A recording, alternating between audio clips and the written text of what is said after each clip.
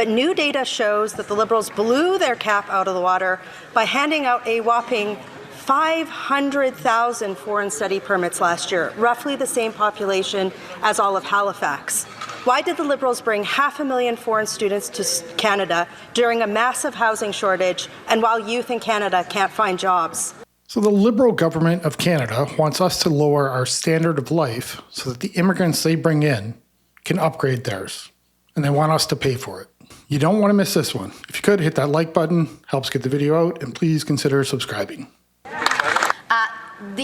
Those figures are inaccurate. It's misinformation.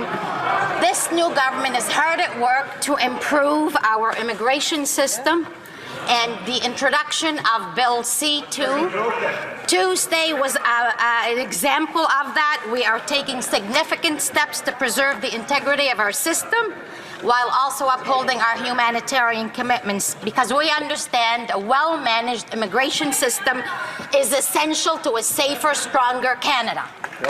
So I got those numbers from the minister's website. I went on the website and I read them. So in the middle of a housing crisis, she brought 500,000 people to Canada. These people compete with Canadians for jobs, require housing and healthcare. If her department's numbers aren't the real numbers, what are the real numbers? Mr. Speaker, let me give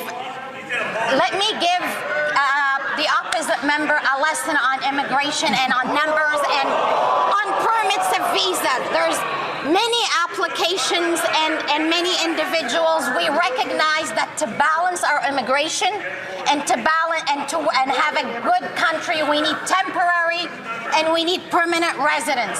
Some applicants have multiple numbers, and so therefore I would suggest that we look into those numbers a little bit more in detail. Thank you.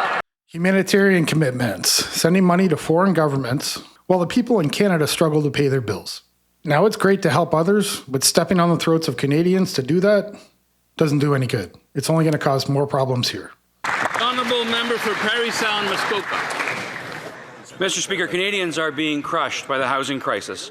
The Liberals' own internal documents admit that housing now eats up 52% of household income. Wow. Mortgage delinquencies are at a record high.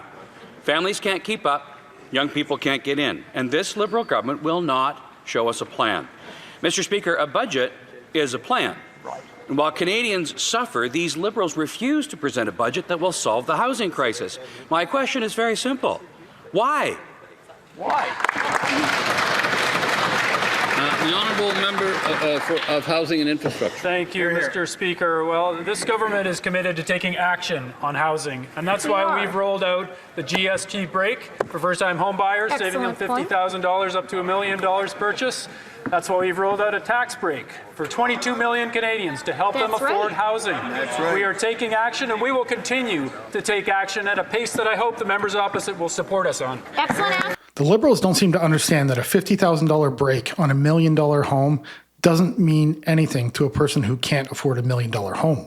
A 1% tax break, that means a couple can afford to go out and get a Starbucks coffee once a week. Both of these cuts mean nothing to the average Canadian. The honourable member for Parry Sound, Muskoka. Well, Mr. Speaker, here's what we know now. We know now that Toronto and Vancouver are two of the most unaffordable cities in the world.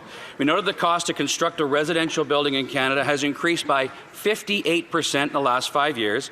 We also know that this latest housing minister increased home building taxes by 141% while he was mayor of Vancouver. And we know that the TD Bank has declared that this government will not come close to their promise to build 500,000 new homes per year. Mr. Speaker, are the Liberals refusing to deliver a plan because they don't actually have a real one? The Honourable Minister of Housing and Infrastructure. Thank you, Mr. Speaker. This government has been very clear about our plan for housing, the most ambitious plan for housing in Canadian history, and that is Build Canada Homes, that is moving forward on actions, concrete actions that will save people money. That's right. We are going to take action for multi-unit residential buildings that we hope the members opposite will support in the fall to increase rental supply. We are going to take action across the board, particularly on affordable housing, and we expect support in this House. We do. Increase the rental supply, affordable housing, Never any mention of home ownership for Canadians. Mark Carney and the Liberals don't want us to own homes. They want to rent homes to us. I myself am stuck in that rental trap. I don't qualify for a mortgage, but I do qualify to pay somebody else's mortgage. The honourable member for Thornhill. The housing minister who increased building taxes by 141% the last time he had a chance should be aware that Oxford's Global Cities Index found that residents of Toronto spend more of their income on housing than any other city in the world.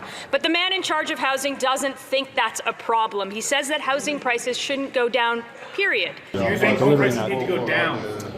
No, I think that we need to deliver more supply, make sure the market is stable. So if he doesn't think that housing prices should go down, can he tell the residents of Toronto just how much more of their income they're going to have to spend on their homes? Honourable Minister of Housing and Infrastructure. Thank you, Mr. Speaker. Well, I've got to say it's refreshing to hear the members opposite actually care about affordable housing because they never did anything about it. That's right. That made life very difficult for mayors and premiers and housing ministers across the country that saw no support for 10 years from the members opposite in their government. Very true. We are taking action. We are committed to scaling up that action with Build Canada Homes and direct action in these weeks and months ahead. Thank you, Mr. Speaker. It is so frustrating that these Liberals cannot answer a direct question. That's likely because they have no plan. And Gregor seems to show that every time he opens his mouth. Honourable member for Thornhill. Speaker, forgive me if I'm a bit skeptical of the housing minister who increased the price of housing by 179% in just 8 years in Vancouver. They broke housing. They fueled inflation that drove up rates. They rewarded those who blocked housing construction. They supercharged immigration numbers that outpaced the availability of housing. He says we need affordable housing. Great. But then he turns around and says that home prices shouldn't go down. Both of these things cannot be true, so which one is it? The Honourable Minister of Housing and Infrastructure.